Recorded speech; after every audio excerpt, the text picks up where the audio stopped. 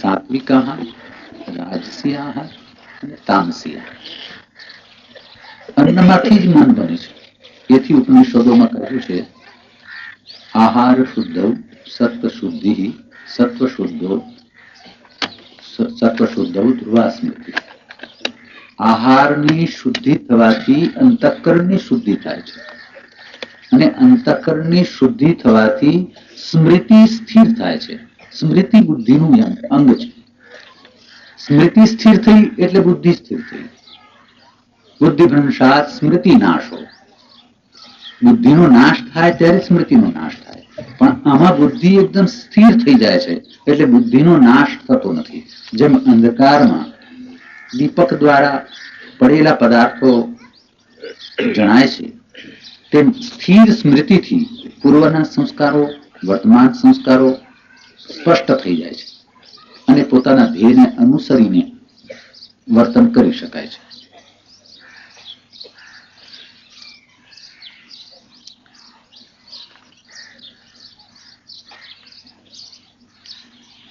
વિશ્વ પિતામહ શરશૈયા પર ઘવાઈને પડ્યા. શરીર છોડવાનો નિશ્ચય કર્યો એટલે તેમણે પાંડવોને કહેવડાવ્યું કે બેટા હવે હું તો શરશૈયા પર પડ્યો છું, સ્વલ્પ દિવસનો અતિથિ છું, પછી તમારી ચીર વિદાય લઈશ. આવો, મારી પાસે જે કંઈ છે આધ્યાત્મિક સંપત્તિ તે લઈ જાઓ. બધા પાંડવો આવ્યા, કુટુંબ સહિત આવ્યા. દ્રૌપદી બરાબર ભીષ્મની સામે બેઠા. દ્રૌપદી એક ઘણા વિલક્ષણ બહુ જ બુદ્ધિશાળી માતા હતા. ભગવાન જેને સખી તરીકે સ્વીકારે એ વ્યક્તિ કોઈ સામાન્ય ન હોઈ શકે. ભગવાન દ્રૌપદીજીને સખી કહેતા. એમનું બીજું નામ કૃષ્ણા પણ હતું. એ શ્યામ પણ હતા એ પણ ખરું, અને કૃષ્ણની બહેન હતા એટલે કૃષ્ણા એમ પણ થાય. એ વાત સાચી હતી કે સુભદ્રા શ્રી કૃષ્ણના બહેન થાય. એ દ્રષ્ટિએ સુભદ્રાના પતિ એ બનેવી થાય. એટલે બીજી સ્ત્રી જે એમની હોય તે પણ બહેન જ કહેવાય. એ દ્રષ્ટિએ એ બહેન હતા. પરંતુ શ્રી કૃષ્ણ એને જે સખી તરીકે સ્વીકારતા હતા એમાં એમની બુદ્ધિની વિલક્ષણતા હતી. એ પાંડવોને પણ સલાહ આપી શકતા હતા. ભૂલો બધા જ કરે છે. દ્રૌપદીથી એ ભૂલો થઈ છે, પરંતુ એથી એની કઈ મહાનતા ઘટી ગઈ છે એવું નથી થયું. એટલા અંશમાં એ ત્રુટી ગણાય. અંધના પુત્ર અંધ જ હોય એવું વાક્ય એમના મુખમાંથી અસંયમથી નીકળી ગયું હતું. એના જ પરિણામે મહાભારતનું યુદ્ધ થયું હતું. પણ એ તો અવતાર જેવા હતા એટલે જે કાર્ય કરવા આવ્યા હતા એ કાર્યને નિમિત્ત આપવું જ પડે. રાતે બધા એકત્ર થયા. પ્રણામ કરીને યુધિષ્ઠિરે કહ્યું કે દાદાજી. ભીષ્મે આંખો ઉગાડી, બધાને જોયા. કેમ બેટા? કે દાદાજી અમે બધા આવી ગયા છે. ફરી આંખ ઉગડી, દ્રૌપદી પર ઠરી. દ્રૌપદીએ પ્રણામ કર્યા, પછી મુખ નીચું કર્યું. ભીષ્મ પિતામહ બોલ્યા કે હવે હું સ્વલ્પ દિવસનો અતિથિ છું. મારી પાસે જે કંઈ આધ્યાત્મિક સંપત્તિ છે તેનો વારસો તમને મળે એવું હું ઈચ્છું છું. જે કંઈ મૂંઝવણો હોય તે પૂછી. એ સાથે જ દ્રૌપદીની આંખ ભીની થઈ ગઈ. આંસુ ટપકવા લાગ્યા. મુખ નીચું થઈ ગયું. મુખ બગડ્યું પણ ખરું. દાદાજીના શબ્દો એમને ગમ્યા. દાદા જોઈ ગયા. દ્રૌપદી સામે સ્થિર દ્રષ્ટિ કરીને બોલ્યા, કેમ બેટા રડે છે?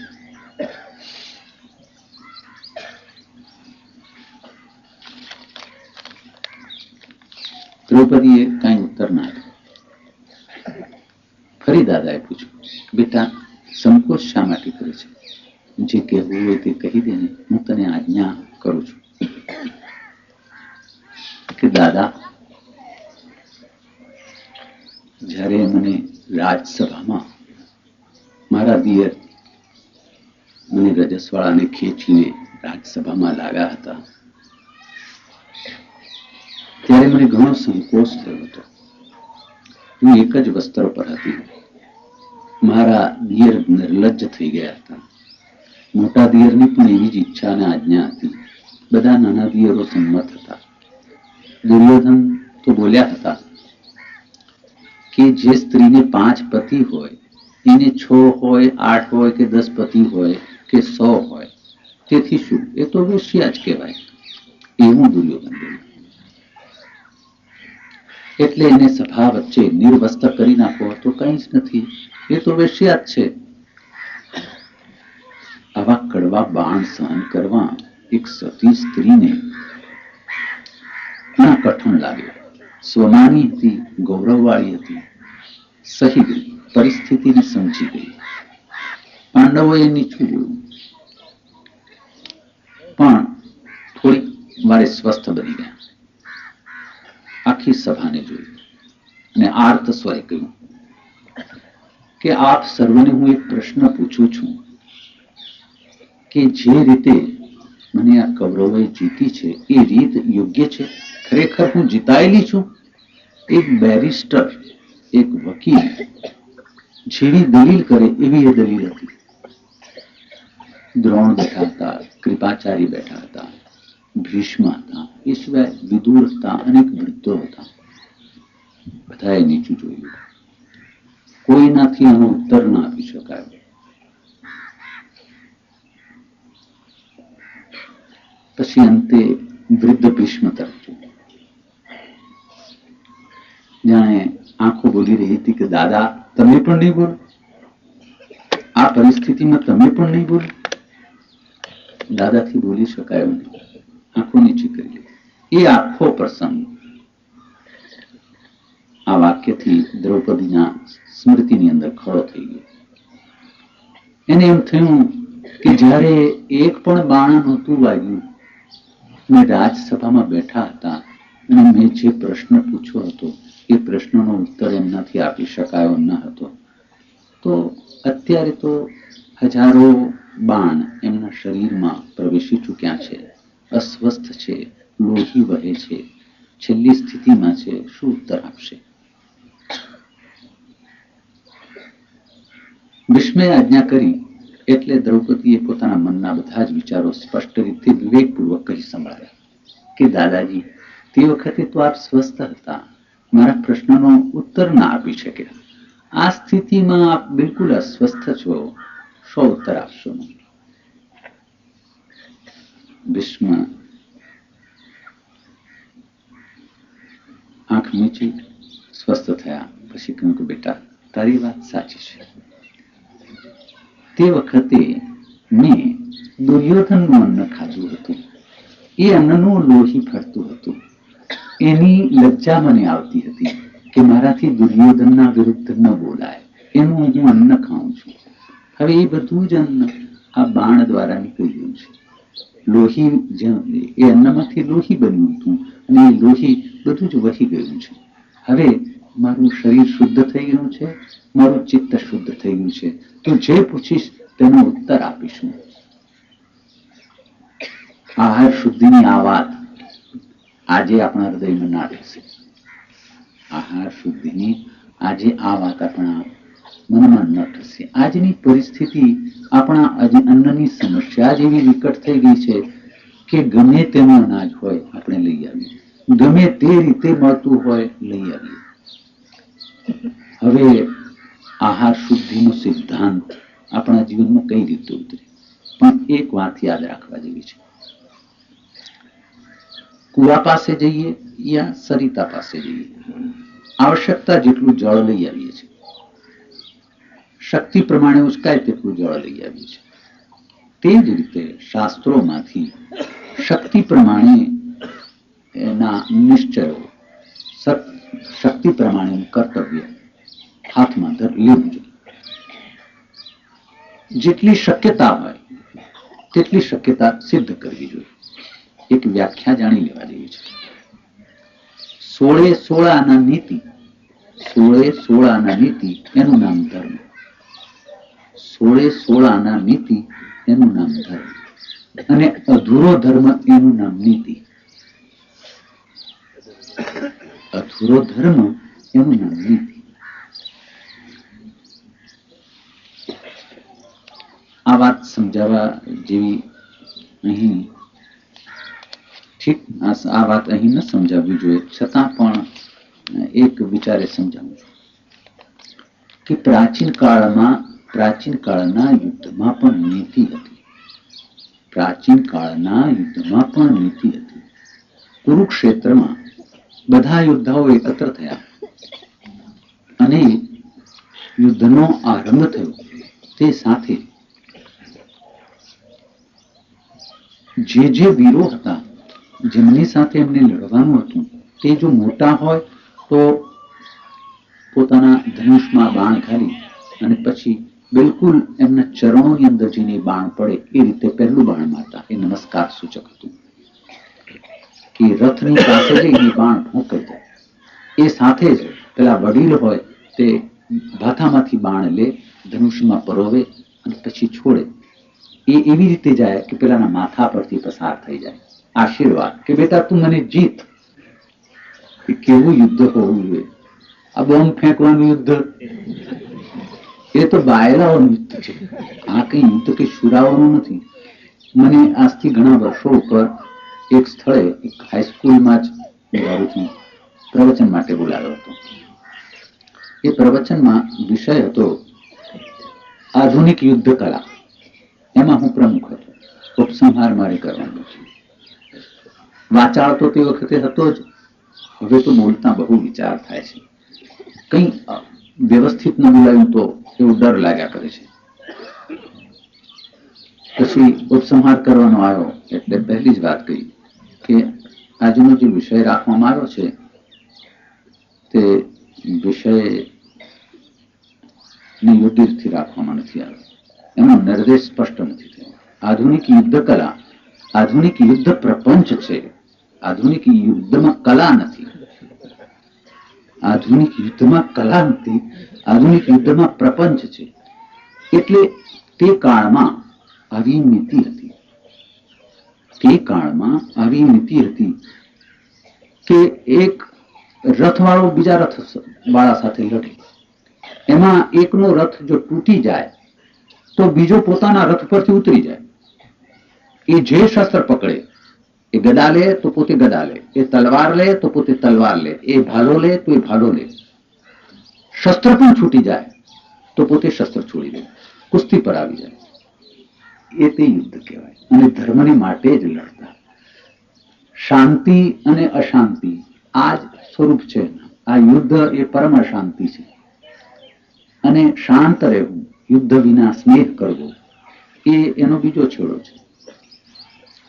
તો પ્રાચીન કાળમાં જીવનના એક ભાગમાં ધર્મ વ્યાપી ગયો હતો.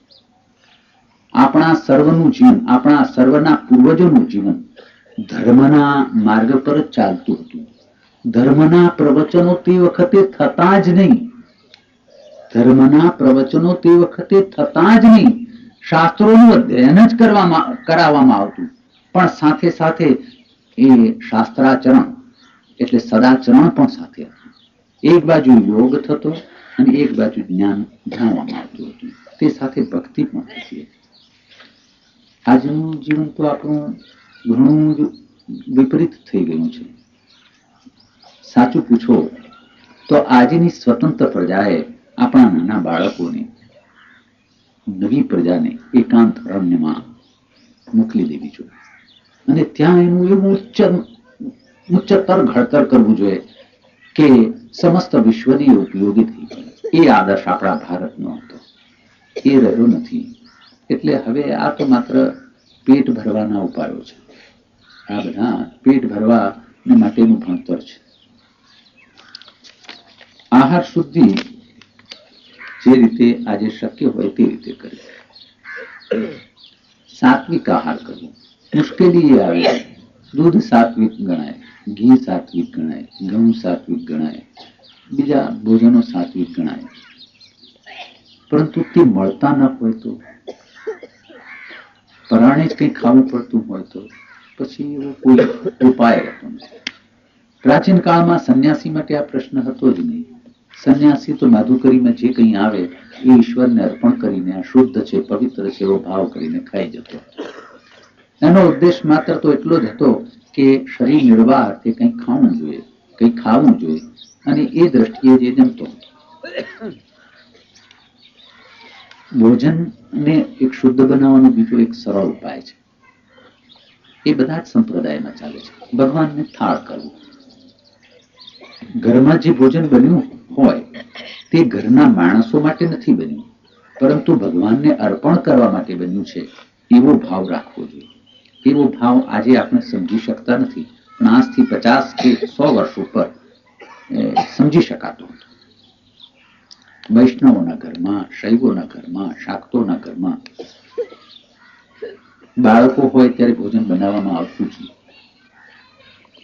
ભોજન બની જાય, ભગવાનને નિવેદન કરી દેવામાં આવે અને તે પછી જ પ્રસાદી રૂપે લેવામાં આવે, અને એવા ભાવથી કે હે પ્રભુ, આપની પ્રાપ્તિ માટે જ આ ભોજન હું કરું છું, આપની પ્રાપ્તિ માટે જ ભોજન કરું છું. ભગવાનના સામે ધરવાથી શું કોઈ લાભ થાય છે? હા, ભગવાનની માત્ર દૃષ્ટિ જ પડે. ભગવાન દૃષ્ટિથી જમે છે, ભાવથી જમે છે, મનથી જમે છે. કારણ કે આપણા ભગવાન ભાવરૂપ છે. આપણા ભગવાન ભાવરૂપ છે. પુત્રનું ચિત્ર માં જુએ છે ત્યારે એ ચિત્રની સાથે જ એના પુત્રની ખરી કલ્પના આવી જાય છે. તે જ રીતે જે લોકો ભાવ કરે છે તે વખતે ચિત્ર લુપ્ત થઈ જાય છે, મૂર્તિ લુપ્ત થઈ જાય છે, અને એક શબ્દ ચિત્ર, કલ્પના ચિત્ર, આ બધા ચિત્રો કરતા કલ્પના ચિત્ર સર્વોત્તમ છે. આ બધા ચિત્રો કરતા કલ્પના ચિત્ર, કે માત્ર કલ્પનાના આધાર પર રહેનારું ચિત્ર, પણ એ પ્રેમ હોય તો જ એવું સ્થિર રહી શકે છે. એમની દૃષ્ટિ પડે એટલે ભોજન પવિત્ર થઈ જાય. એ પવિત્ર ભોજન આપણી બુદ્ધિને નિર્મળ કરે, મનને શુદ્ધ કરે, ચિંતને ચિંતનશીલ બનાવે. આવી પ્રથા થોડા વર્ષો પહેલા હતી, હવે લુપ્ત થતી જાય છે. હવે બને છે શું, છોકરીને અમુક વખતે નિશાળે જવાનું હોય, પિતાને અમુક વખતે ઓફિસમાં જવાનું હોય, એટલે એ મેળો બધા જાણતા જ નથી. સાથે બેસીને સહભોજન કરવું એ પણ રહ્યું નથી. આટલા બધા જે આપણા જીવનમાં વિસંવાદો એકઠા થયા છે તેનું મૂળ કારણ તો પરિસ્થિતિ જ છે. આ પરિસ્થિતિ આપણને હવે ગમતી થઈ ગઈ છે. આપણને આ પરિસ્થિતિ ગમતી થઈ ગઈ છે. આ પરિસ્થિતિને આપણે દૂર કરવા યત્નશીલ થતા નથી. આ પરિસ્થિતિ ઈચ્છનીય નથી. ભાઈ ભાઈમાં પ્રેમ નથી રહ્યો. મને આજે પણ યાદ છે કે ડભોઈમાં એવી બહેનો છે કે જે પરનાથની બહેનો છે કે જેની સાથે હું રમેલો છું, પણ આજે મને જુએ તો એ રડી જશે કે ભાઈ ભૂલી જાય છે કે હું સાધુ છું. એક બહેન જ જેને મને કેડ પર રહીને રમાડ્યો છે, એ બહેન આજે પણ મને જુએ એટલે વળગી પડે. એ એવો નિર્મળ સ્નેહ, એ બધું આજે અસંભવિત જેવું થઈ ગયું છે. એનું કારણ એ છે કે આપણું જીવન બદલાઈ ગયું છે. આપણું જીવન બદલાઈ ગયું છે. એ જીવન બદલાવાનું એક જ કારણ છે કે આપણે વિચારતા નથી. જે ન સહી લેવું જોઈએ તેને સહી લઈએ છીએ, અને જે સહી લેવું જોઈએ તેને સહતા નથી. આ જ કારણ મુખ્ય છે. જ્યારે દ્રૌપદીજીએ આ વાત કરી અને ભીષ્મે જવાબ આપ્યો એનો, ત્યારે ખરેખર દ્રૌપદીજીના આંખમાંથી આંસુ સુકાઈ ગયા, લૂછી નાખ્યા આંસુ, અને મુખ પર હાસ્ય આવી ગયું, ને હાથ મૂકીને, ચરણો પર હાથ મૂકીને કહ્યું કે દાદા, ખરી વાત કહી આપે, ખરી વાત કહી. હું જે કંઈ બોલી છું એને માટે આપની ક્ષમા યાચું છું. તો દાદા કહ્યું, ના બેટા, તે સ્વાભાવિક જ વાત કરી છે અને મેં તને સ્વાભાવિક ઉત્તર આપ્યો છે, એમાં તે ભૂલ કરી છે એવું નથી. એવો પ્રશ્ન સ્વાભાવિક જાગે, અને એ સ્વાભાવિક પ્રશ્નને તું આ રીતે રજૂ કરે એ અયોગ્ય ન ગણાય. એક વખત જમવું જોઈએ. આહાર શુદ્ધિથી મન શુદ્ધ થાય છે, જો એવું જ હોય તો એક વખત અન્નને ઔષધ સમજીને લેવું જોઈએ. ભવ રોગ લાગ્યો છે, જન્મ મરણનો રોગ લાગેલો છે, કામ ક્રોધ લાગેલા છે, એ બધાને દૂર કરવા હોય તો પછી એક જ વખત જમવું જોઈએ. પણ એક જ વખતનું ભોજન, એક જ વખતના ભોજનમાં 5 વખતનું ઝાપટી ના જોઈએ.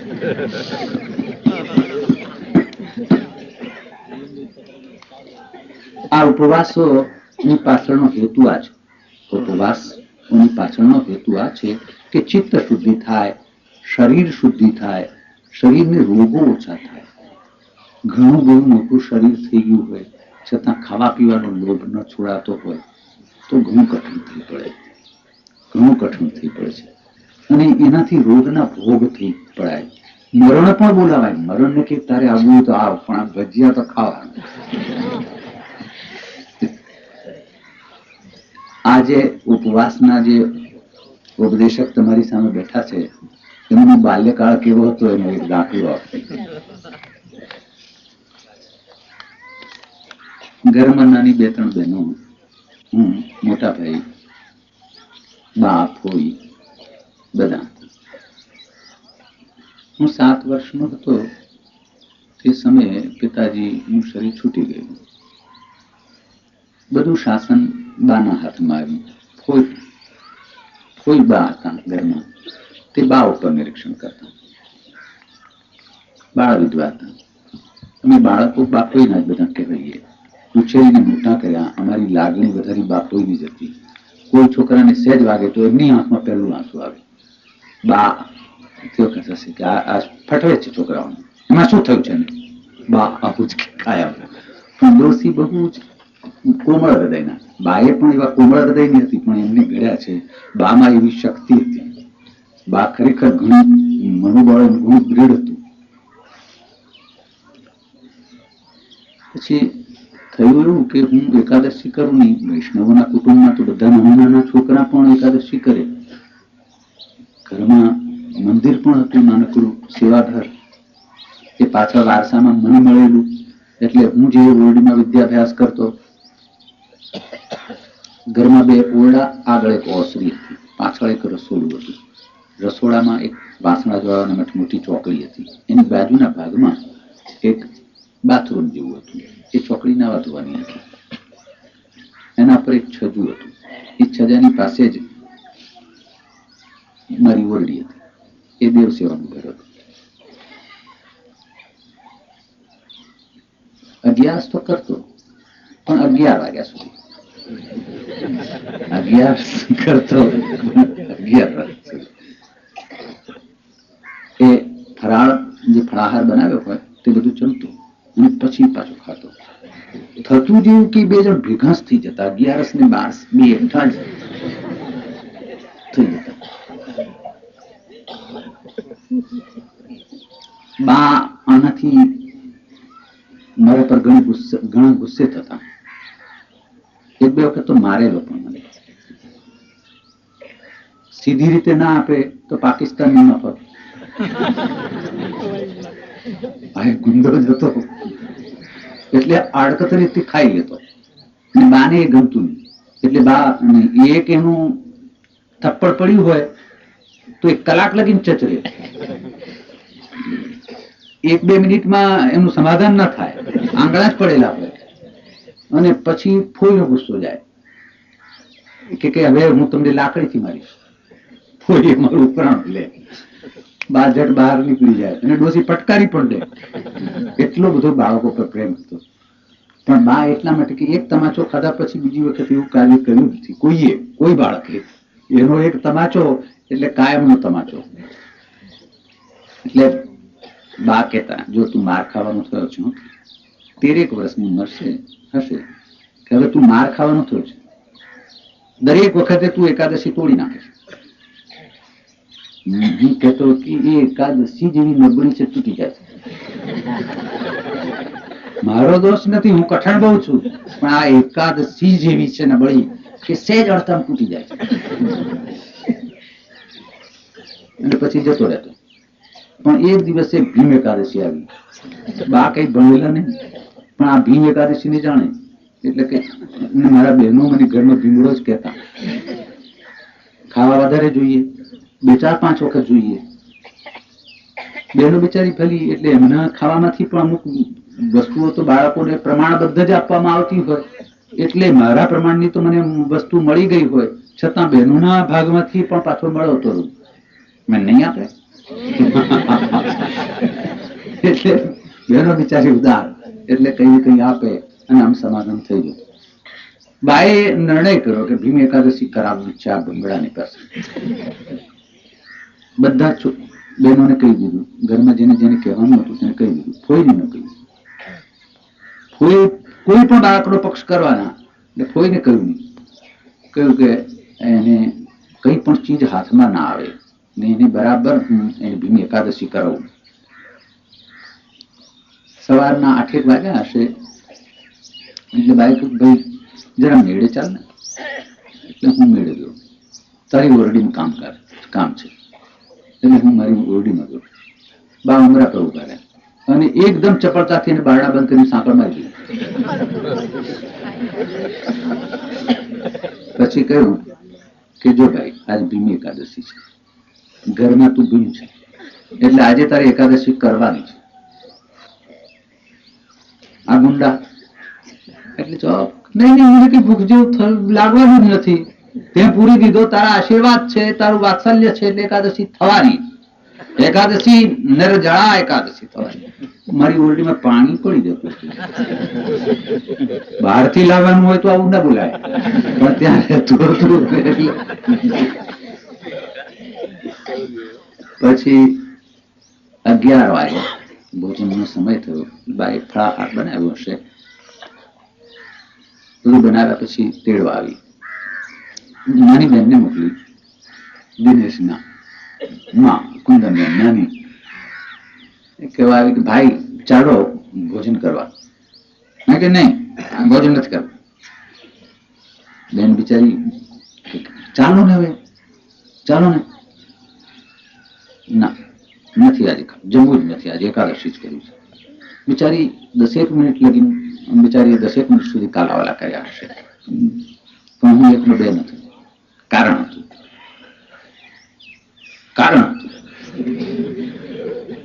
પછી મોટી બેન આવી, હિન્દુ આવી.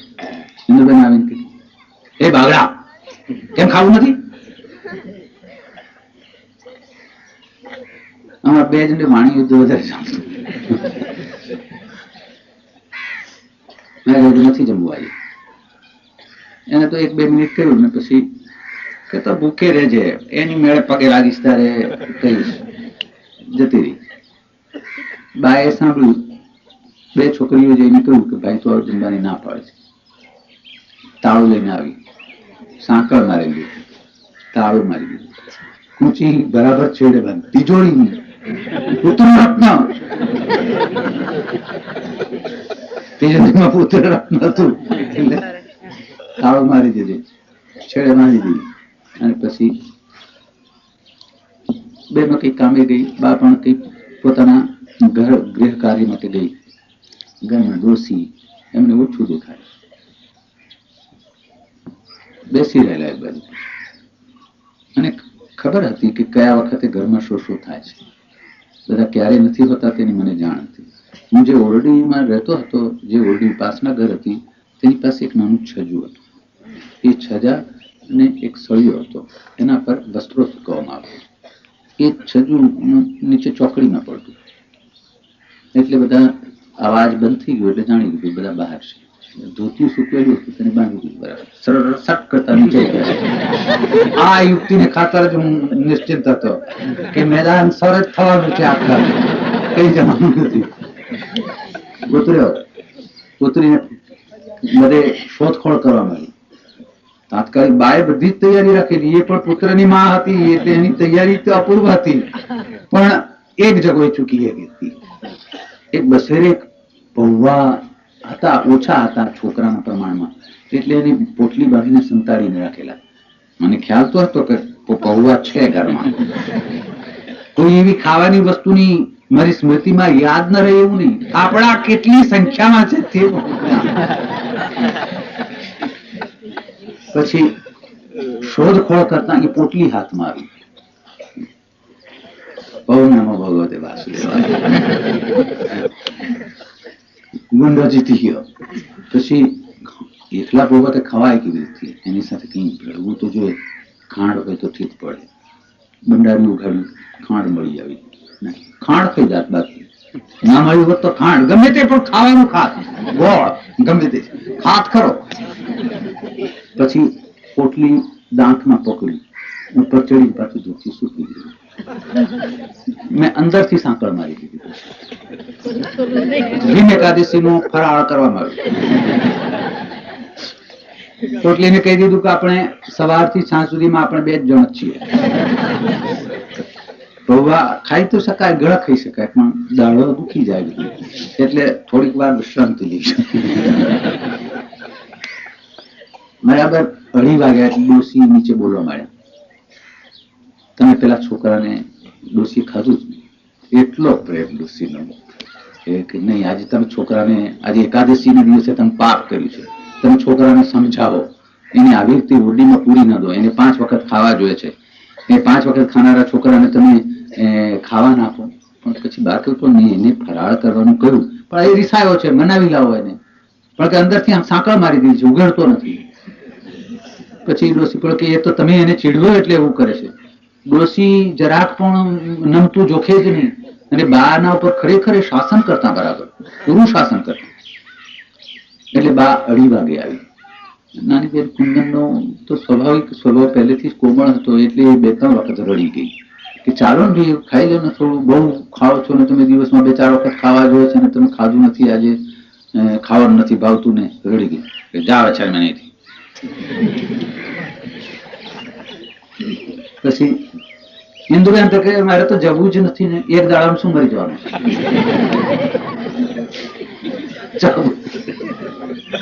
માટલીમાં પાણી, પોટલીની અંદર પૌવા, ભીમ એકાદશી સારી રીતે ઉજવાઈ ગઈ. સુઈ પણ ત્યાં જ રહ્યો, હું સૂતો પણ ત્યાં જ. બાએ આમ તો 11 વાગે ભોજન બનાવતી, પણ તે દિવસે 10 વાગે બનાવી દીધું કે ભૂખ્યો છે પેલો. ડોસીએ સવારથી જ કહેવા મળેલું કે ભાઈ એને કઈ નાસ્તો બાસ્તો આપો ને. પછી મેં કોઈને કહ્યું, બાપા હવે ભોજન થશે ત્યારે જમી લઈશ, એવું કઈ ભૂખ જેવું નથી. 10 વાગે જમે. બાપોએ મિષ્ટાન બનાવડાવ્યું હતું કે આ છોકરો આજે પારણા કરે. મેં તો હિંચકો કર્યો હતો. પછી 10 વાગે જમી લીધું. વાતને અઠવાડિયું વીતી ગયું. મોટા ભાઈ ફરતી બહારથી ફરતા ફરતા આવ્યા. એમને બપોરે જમવાની ટેવ નહીં. મોથી જ એમનું જીવન એક સાધુ જેવું. એક કોઈ એવો નાનપણથી જ હું એમને એમનું જીવન જોતો આવેલો કે એમનામાં ત્યાગ, એમનામાં વૈરાગ, એ બહુ સ્વાભાવિક રૂપમાં. ક્રોધ હતો એટલું એક મોટું ખોટી વાત હતી, બાકી બીજું બધું જ સાધુ જેવું જ હતું. એ કોઈ વખત નાસ્તો પણ કરતા નહીં.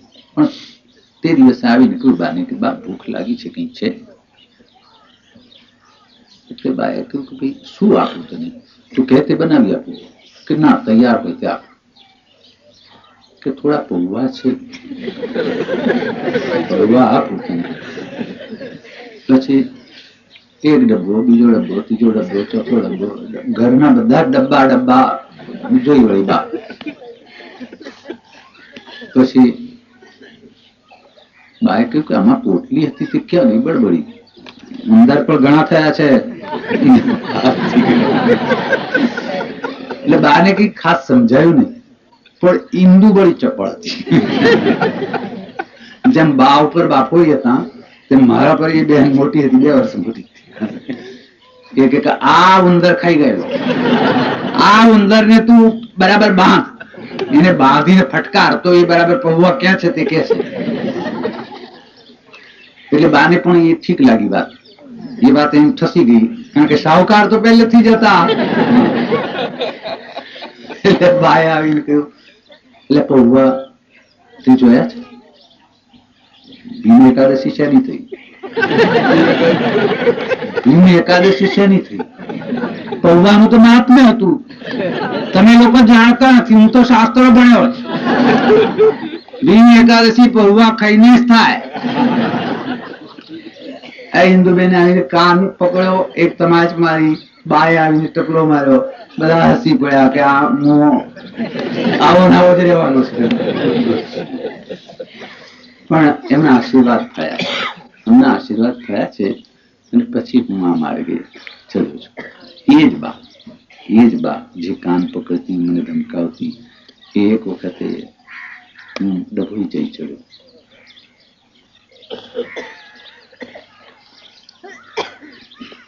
બા દેવ સેવા કરતા, બધી પૂજાની સામગ્રી હતી. હું ખુરશી પર જઈને બેઠો. બા એક બે વખત મારા સામે જોયું,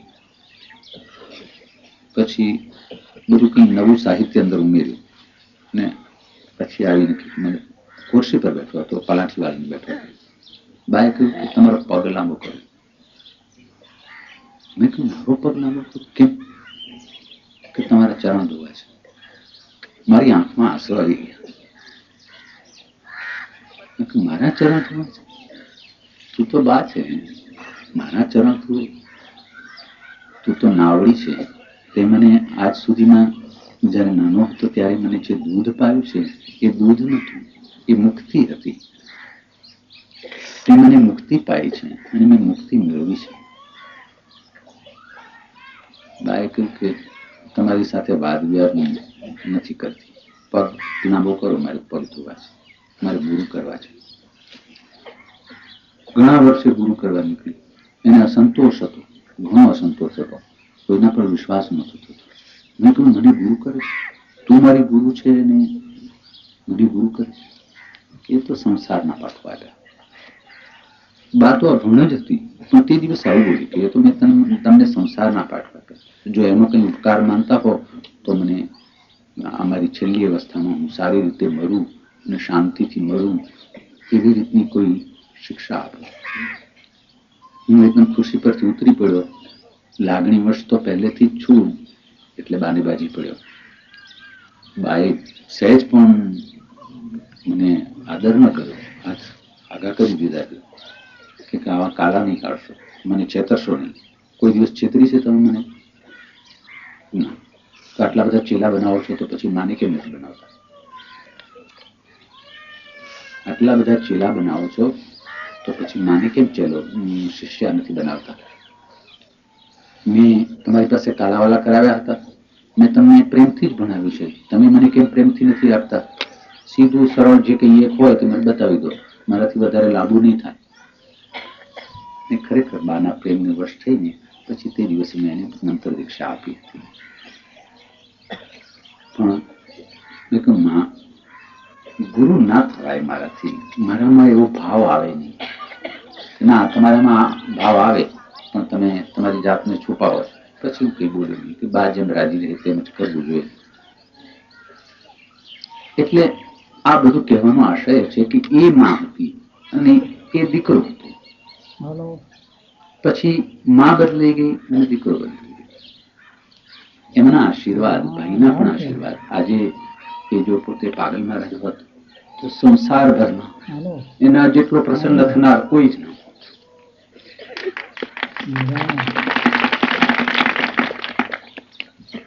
મારા પર એટલો બધો પ્રેમ હતો કે સાધુ થઈને હું આવ્યો હું તો પણ મને ભેટી પડતા અને ગાલ ઉપર બચ્ચી કરતા, આવા વાળ ઉપર ને આટલી ઉંમરે એટલો સ્નેહ હતો. એ કૃત્રિમ કઈ ન હતું એમનામાં. ગુસ્સો ઘણો કરતા પણ પ્રેમ એવો, એમાં મારે તો બીજી જ સેકન્ડે હારી જવું પડતું. હું છેડાયો હું તો એમને કોઈ પણ પ્રકારની ચિંતા ન થતી. એ છેડાયા હોય તો મને ચિંતા થાય. એ મનાય નહીં, હું એમને મનાવા જાઉં તો મનાય નહીં. એ આવીને ઉભા રહે અને સહેજ જ મારા ગાલ પર હાથ મૂકે કે દાઢી ઊંચી કરે અને કે ભાઈ ભૂલ થઈ એટલું કહેતા જ રડી પડે, બસ પછી હારી જવું પડે. એ કહે તેમ જ કરી નાખું. એ હંમેશા કહેતા કે હું રામ નથી પણ તું લક્ષ્મણ છે. હું સામે ઉત્તર આપતો હું લક્ષ્મણ નથી પણ મારા માટે તમે રામ જ છો. બે ભાઈઓ લડ્યા છે જરૂર પણ આધ્યાત્મિક ચર્ચામાં જ લડ્યા છે. આ ગામમાંથી પણ એક દિવસે લડીને હું ચાલ્યો એમની જ સાથે, અહીં બહાર જ ઓટલા પર જ બેઠેલા અને એવી આધ્યાત્મિક ચર્ચા ચાલી. એમાં એક વાત એમને ન માની એટલે મેં કહ્યું તમે બહુ શાસ્ત્રો વાંચ્યા નથી એટલે તમે પૂંછડું પકડી રાખો છો, વિષયને બરાબર વિચારો. હું તમારો ભાઈ છું, નાનો ભલે રહ્યો પણ આ વિષયમાં હું ઊંડો ઉતર્યો છું. આપે આ જ વાતને આમ વિચારવી જોઈએ. એ વાત નજીવી હતી કે ભગવાનને બીડીઓ ધરાવતા,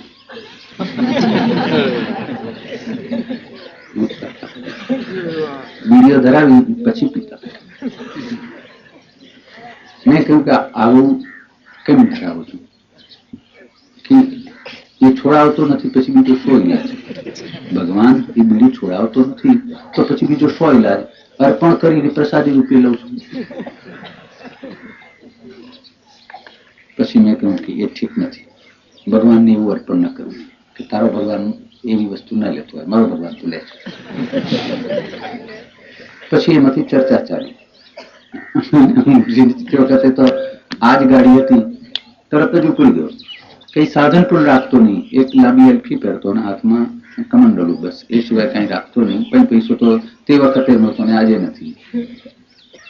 ચાલો, પણ આધ્યાત્મિક જ ચર્ચા કરતા જ અમે લડ્યા.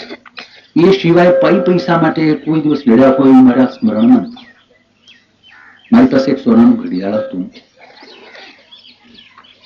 એક સાધુએ માર્યું. ભાઈને ન ગમી કે સાધુ સમય પાલન કરતો નથી અને તમે એને આપી દેશો તો એ ઘડિયાળનો દુરુપયોગ થયો. તમે ઉદાર ભલે હો પણ એવું ઘડિયાળ નહીં આપવું જોઈએ. એટલે મેં ખસેડવાની તૈયારી કરીને બોલી ઉઠ્યા એકદમ એમના સ્વભાવ પ્રમાણે કે પાત્ર જોઈને સ્વામીજી આપવું જોઈએ. ક્ષમા કરજો, તમે સ્વામી છો અને ગ્રસ્ત છું, અગર બ્રહ્મચારી છું, આપને ન કહેવાય પણ આપ મારા છાયામાં ઉછરીને મોટા થયા છો એટલે આ તમારી ભૂલને હું બતાવી ના રહેતો નથી. આ સાધુ બિલકુલ સાધુને મોઢા પડે કે સમય પાલન કરતા નથી. જયારે ઉઠાવ્યું ત્યારે ઉઠાવ્યું, જયારે બેસાવ્યું ત્યારે બેસાવ્યું. એમને કોઈ ઘડિયાળની કઈ જરૂર જ નથી. તમે ઘડિયાળને નિરંતર વાપરો છો, મિનિટે મિનિટ સાચવો છો. તમને ઘડિયાળની વધારે જરૂર છે, એ ઘડિયાળ મને આપી દો. તમે આપી દેવાના છો કોઈની ઘડિયાળ. એ ઘડિયાળ મેં એમને તરત જ આપી દીધી. એ ઘડિયાળ અવસાન થતા પહેલા બાને કહી ગયા કે એમને પાછું આપ. એ ઘડિયાળ પાછું મેં બચાવ્યું. એટલે એટલો બધો એ ઘડિયાળ બચાવવા ખાતર લીધું હતું કે કોઈને આપી કે હવે લોઢાનું રાખજો, હવે લોઢાનું રાખજો, આવું ઘડિયાળ રાખવું આપવું ન જોઈએ કોઈને. મારું તો આ પ્રમાણે ભાઈમાં એક એવો સદભાવ રહ્યો.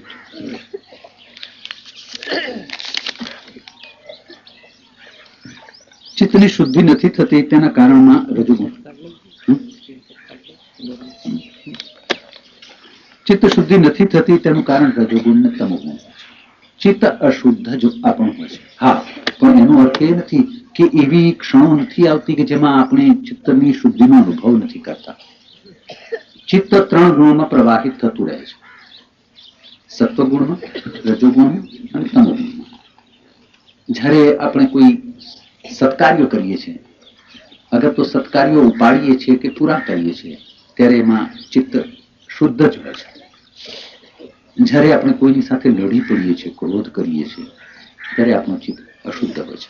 વિષય વિકારથી ઝપટાઈ જઈએ કે બીજા કોઈ માનસિક વિકારથી ઝપટાઈ જઈએ ત્યારે આપણામાં રજોગુણ અને તમોગુણ વ્યાપી જાય છે.